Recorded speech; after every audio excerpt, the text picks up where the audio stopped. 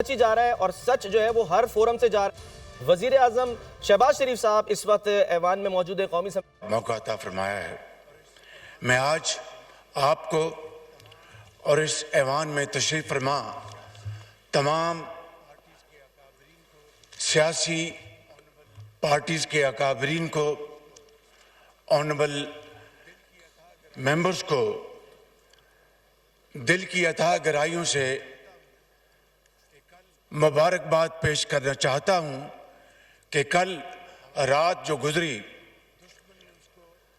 हमारे दुश्मन ने उसको तारीक रात समझकर अंधेरे में माजी की तरह छुपकर पाकिस्तान के ऊपर हमला करने की नापाक कोशिश की, लेकिन अल्लाह ताला के बेपाया फजल करम से, पाकिस्तान के 24 करोड़ अवाम की दुआओं से हमारी बहादुर और दलेर अफवाज पाकिस्तान ने हिंदुस्तान के इस मकरूह हमले का मुंह तोड़ जवाब देकर उस तारीक रात को चांदनी रात बना दिया।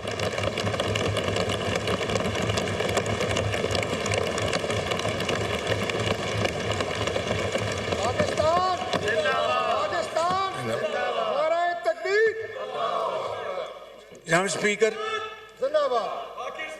स्पीकर, इस हमले में कई हमारे पाकिस्तानी शहीद हो गए, जिनमें बच्चे, ख़वातीन और मर्द भी शामिल हैं। मैं आपकी खिदमत में गुजारिश करूंगा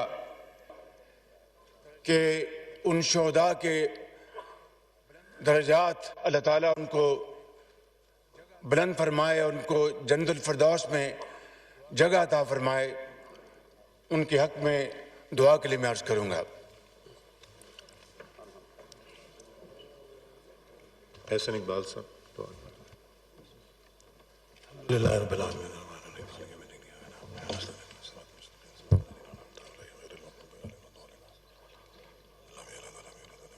कौमी असम्बली का इस वक्त ये इजलास जारी है और वज़ीर आज़म शहबाज शरीफ इस इजलास से खिताब कर रहे हैं। में उन्होंने मुबारकबाद भी दी है। उन्होंने बताया कि जो दुश्मन ने हमला करने की कोशिश की उसे बुरी तरह नाकाम बनाया गया और मकरू हमले का मुंह तोड़ जवाब दिया गया। इस वक्त शहदा की साले सवाब के लिए जो है वो फातिहा खानी की जा रही है, दुआ की जा रही है। वज़ीर आज़म शहबाज शरीफ इस वक्त कौमी असम्बली के इजलास से खिताब कर रहे हैं। पाकिस्तान के नाजायज़ कब्जे में है, वहाँ पर एक अफसोसनाक वाक़या हुआ, मगर हिंदुस्तान ने आनन फानन 10 मिनट के अंदर FIR रजिस्टर की और उस पर उसके बाद हिंदुस्तान की मीडिया ने, हिंदुस्तान के सियासतदानों ने, एंकर्स ने पाकिस्तान के ऊपर बेजा इल्जामात की बौछार कर दी और पूरी दुनिया को ये बावर कराने की कोशिश की कि खुदा न खास्ता इस वाक़े में पाकिस्तान मुलव्वस है। जनाब स्पीकर, उससे कुछ ही अर्सा पहले, जिस तरह कि आपको अच्छी तरह इल्म है, बलूचिस्तान में दहशतगर्दों ने ट्रेन हाईजैक की और इसमें BLA के साथ TTP और उनके बैकर्स हमायती हिंदुस्तान के साथ ताने बाने मिलते थे, जिसका नाकाबिले तरदीद सबूत हमारे पास मौजूद है। जनाब स्पीकर, दर्जनों लोग शहीद हुए, बेगुनाह लोग शहीद हुए और फिर आपने देखा कि हमारे फौज के SSG यूनिट ने कमाल महारत से उन मासूम पाकिस्तानियों को उनकी जानें बचाईं और उनको महफूज मुकाम तक पहुंचाया। कुछ लोग जख्मी भी हुए, लेकिन जनाब स्पीकर, हिंदुस्तान को इस वाक़े की मजम्मत की तौफीक तो ना हुई। उन्होंने जिस तरीके से संगदिली के साथ इस वाक़े का मजाक उड़ाया, वो तारीख में हमेशा बदतरीन अल्फाज में याद रखा जाएगा जनाब स्पीकर। इसके बाद जनाब स्पीकर, मेरी दुनिया के मुख्तलिफ ममालिक के सरबराहान से, उनके अहम ओहदों पर फाइज लोगों के साथ, डिप्टी प्राइम मिनिस्टर की इनकी गुफ्तगू हुई।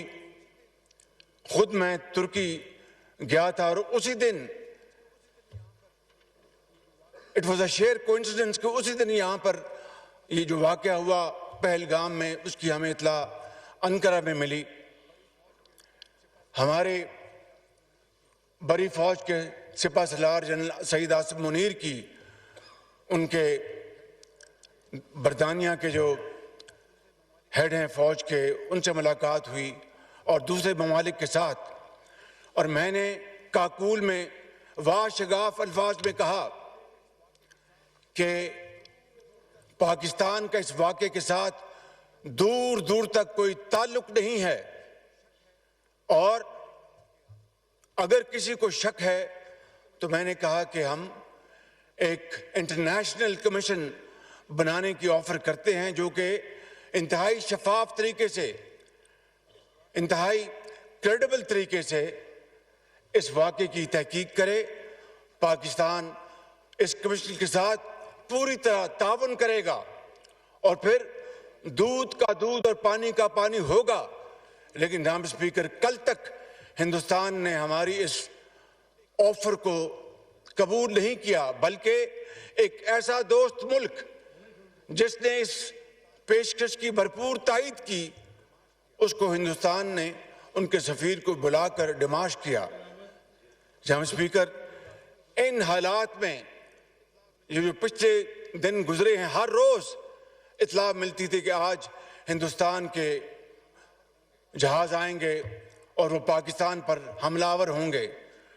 मैं आपको अल्लाह ताला के फजल करम से और दिल की अथाह गहराइयों से आपको और आपकी तोसे से पूरे इस मोअज़्ज़िज़ ऐवान को और पाकिस्तान के 24 करोड़ अवाम को मुबारकबाद पेश करना चाहता हूं कि हमारी अफवाज पाकिस्तान 24 घंटे तैयार थी कि कब दुश्मन के जहाज उड़े, कब उनको हम उठा के समंदर में फेंक दें।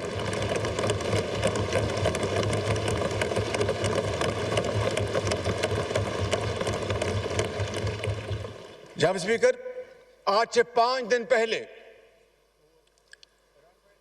हिंदुस्तान ने वो राफेल जहाज खरीदे हैं, उस पर बड़ा नाज करता है, लेकिन जनाब स्पीकर, नाज नहीं किया जाता।